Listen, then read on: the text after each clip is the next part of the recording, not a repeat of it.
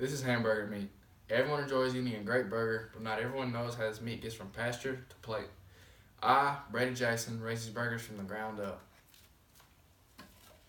I've been around cattle my entire life. In fact, one of my earliest memories is almost being ran over by a crazed cow. We have roughly 200 head of cattle. We have land in Arkansas and Oklahoma where these many cattle roam. We have approximately 700 acres altogether. We raise Brangus cattle. Brangus cattle are 5/8 Angus and 3/8 Brahman. Angus cattle have the best quality beef and bring the best price at the sale barn. Brahman cattle are the most heat and disease resistant and have the longest lifespan. The mix of the two make a successful breed of cattle. As I mentioned earlier, we raise cows literally from the ground up. It all starts in the springtime when the cows first start having their calves. The calves are born weighing about 75 pounds. We feed, watch, and manage the new babies constantly. If a problem arises with the cow or the calf, we intervene. We work cows in the fall and springtime. When we do this, there are many tasks that need to be done.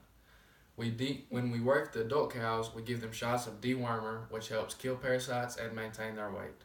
We also vaccinate them from common diseases.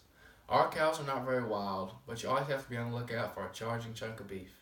Every one of my family members has a story or two to tell about a run-in with a crazed cow. I, myself, have been headbutted, kicked, and even knocked down while working cattle. After we worked all the cows, we turn them back out into the pasture. It's the calves' turn. We work the calves a very similar way. We deworm and vaccinate them as well. The next step is placing a tag in the calf's ears.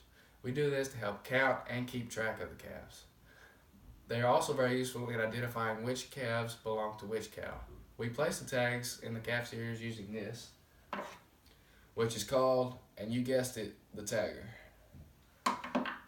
The next step is branding the heifers that we plan to keep. We do this to help keep track of them, just in case they were to get mixed in with the neighbor's cows. After we finish working all the calves, they're also turned back out into the pasture. We continue to feed and watch the calves until they get to be about 8 months old. At this time, we sort them away from their mothers and wean them. Next, we sort the keeper heifers, which is the heifers that we plan to keep, into a different pasture. We then load up the calves that we do not plan to keep, haul them to the sale barn, and wait for the check to come in the mail. In the cold winter months when most of the grass dies, we have to supplement the cow's diet, but we prepare for this in the summer. We cut the tall summer grass and let it dry out for a day or two. Next, we rake the grass into rows. The baler then comes and scoops up the rows until it spits out a 1,200-pound round bale of hay. We continue this process for many hours on several large fields until we end up with close to 1,000 bales of hay. The hay then has to be moved from the fields to the barn.